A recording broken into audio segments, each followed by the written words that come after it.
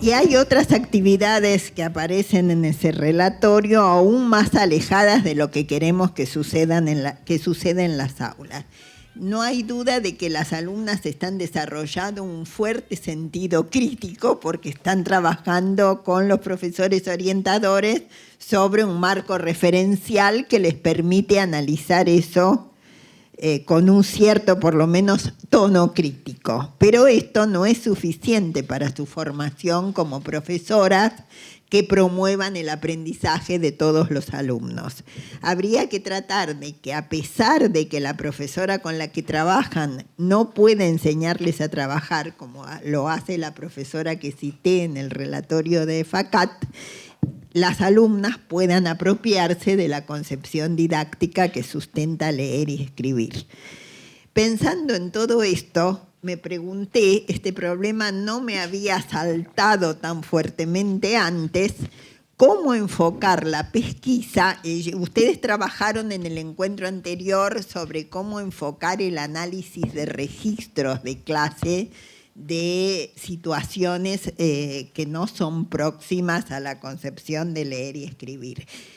Yo ahora quiero retomar ese problema, pero desde el punto de vista de la indagación, de la pesquisa que van a realizar o que están realizando las alumnas, ¿no? Pensé en cómo pensarlo cuando la concepción didáctica que los profesores están actualizando en su clase se aleja bastante del modelo del programa.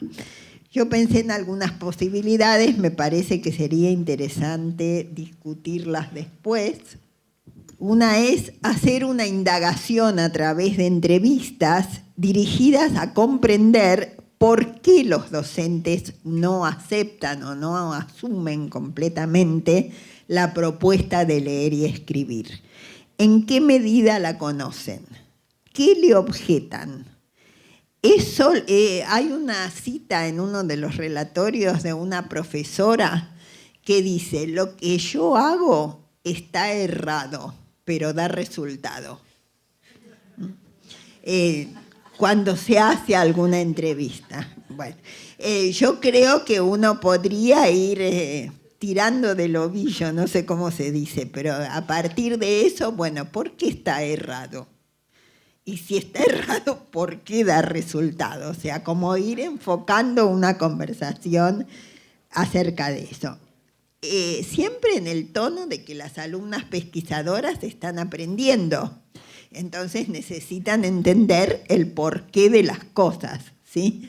Pero al mismo tiempo que permitiría comprender por qué, también permitiría a lo mejor generar algunos interrogantes en los profesores. ¿En qué medida conocen la propuesta? ¿Qué le objetan? ¿Es solo que se aferran a lo que ya saben hacer o tienen desacuerdos con la propuesta? ¿Cuáles son las situaciones que adoptan? Porque a veces sí adoptan algunas. ¿Y cuáles no ponen en acción para nada? ¿Y por qué no las ponen en acción? ¿Qué combinación específica de prácticas tradicionales y de propuestas de leer y escribir hacen? Porque esto parece ser lo más frecuente, una cierta coexistencia de dos tipos de actividades que tienen fundamentaciones muy diferentes y hasta contrastantes. Otra posibilidad sería desarrollar un proyecto de enseñanza propio, llevado a cabo por las alumnas. Puse las dos posibilidades, pero creo que es más factible con un pequeño grupo, registrarlo y analizarlo.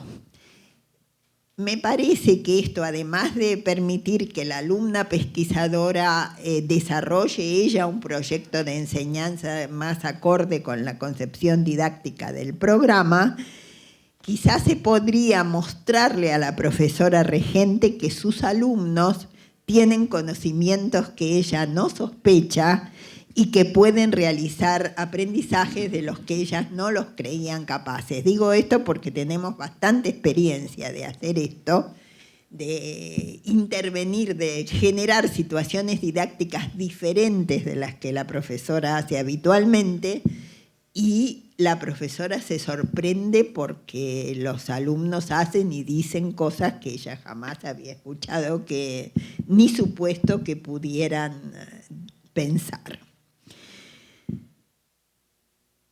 Otra posibilidad sería registrar y analizar las discusiones en el horario de trabajo pedagógico colectivo, donde seguramente entra en conflicto la concepción de la profesora tradicional con la de la coordinadora pedagógica.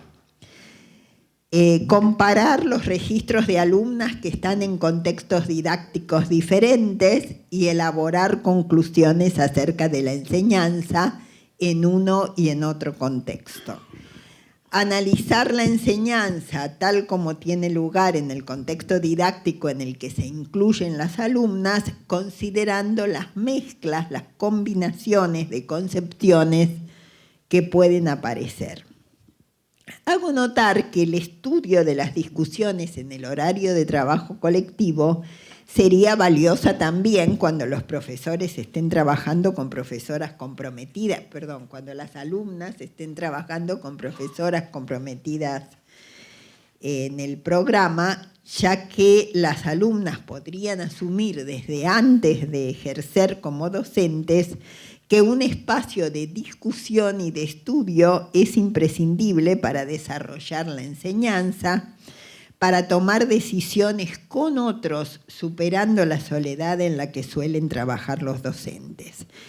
Y creo que también constituiría un aporte que las alumnas registraran lo que sucede en esos espacios de trabajo, que trataran de explicitar qué aporta la discusión entre los docentes, en qué consiste lo que hacen, qué aprenden mientras están discutiendo, planificando juntos o analizando juntos o trabajando sobre un material bibliográfico. En cuanto al análisis de la enseñanza tal como es, cuando la enseñanza es muy tradicional, como en los ejemplos que di antes y también en varios que aparecen en el relatorio de FAMESPI, analizarla no es suficiente para la formación de los alumnos, ya lo dije. De modo que habría que combinar esta última propuesta con alguna de las anteriores.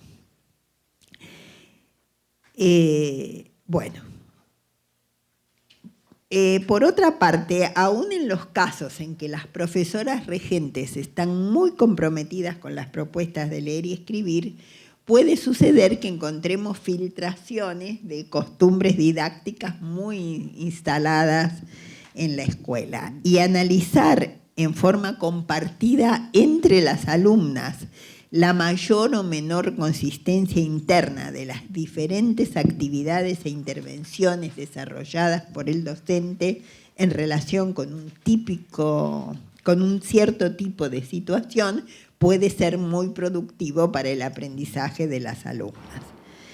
También podemos encontrar diferentes aproximaciones más o menos cercanas en los profesores regentes que están trabajando con la concepción del programa.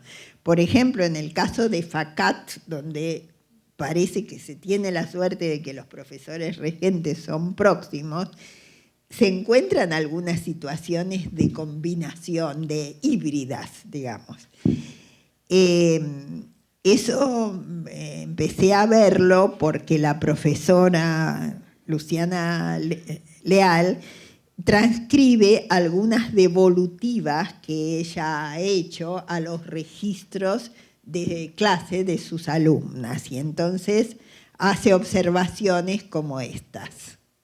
Nayara, sim, pelas respostas, o professor sabe realizar a prática, mas não a realiza, ao menos não realizou em quase 3 meses que está lá. Possivelmente, ele ainda não se convenceu da importância dessa prática. O relatório deveria explorar mais as respostas do professor. Lohane, realmente, segundo o relatório, a professora já entendeu como se realiza uma atividade de produção oral com destino escrito ou ditado ao professor. Mas, ainda na prática, precisa entender que o contexto de produção precisa ser garantido, que é necessário organizar um roteiro, explicitar um destinatário e coisa e tal. A não ser que ela te peça, você não poderá dizer que o que está fazendo seja errado. O que pode é tentar uma aproximação e sugerir muito delicadamente algumas intervenções. La profesora cuida la relación entre la alumna y la profesora regente, además. Por otra parte, también parece adecuado para las situaciones en las que los profesores regentes trabajan de manera muy alejada del programa la propuesta de acompañar a un grupito de niños registrando y analizando los encuentros. A pesar de que esto no coincide con la orientación del programa, es tan habitual, por lo que he visto en los relatorios, que las profesoras pidan a las alumnas que acompañen a los niños menos avanzados, que pareciera que las alumnas tienen que hacerlo en algunos casos.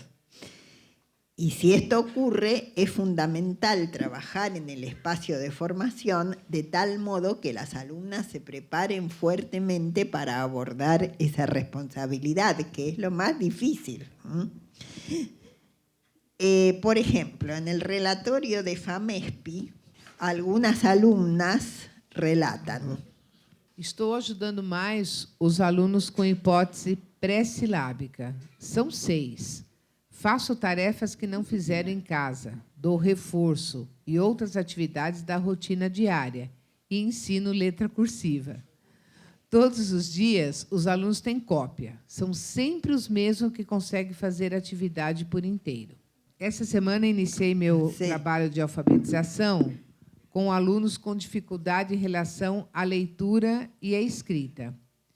Esses alunos desconheciam muitas letras, seu som e escrita. Observei que eles não desenvolviam as atividades propostas pela professora. Com o consentimento da professora regente, iniciei o uso do alfabeto móvel na formação de palavras, já ensinadas em aula. En situaciones como estas, el desafío es fuerte para el profesor orientador, o sea, para ustedes. Las alumnas deben formarse, en este caso, sin contar con la ayuda del profesor regente, para poder brindar una contribución efectiva al aprendizaje de los chicos. Y habría que evitar que las alumnas trabajen del mismo modo que el profesor regente, que es lo que parece reflejarse en los fragmentos que acaba de leer Marisa, ya que ni la copia, ni la cursiva, ni la enseñanza de las correspondencias sonido-letra van a ayudar a los chicos a avanzar. Y tampoco lo logrará el uso del alfabeto móvil por sí mismo. Es necesario saber cómo usarlo, cómo intervenir para ayudar a los niños. Como según vi en diferentes relatorios, lo que con mayor frecuencia se les pide a los alumnos es que ayuden a los niños cuando escriben por sí mismos, o sea, en las situaciones de escritura de los niños por sí mismos, habría que trabajar con las alumnas distintos registros de situaciones y analizar las intervenciones más productivas para los niños cuyas conceptualizaciones están menos avanzadas.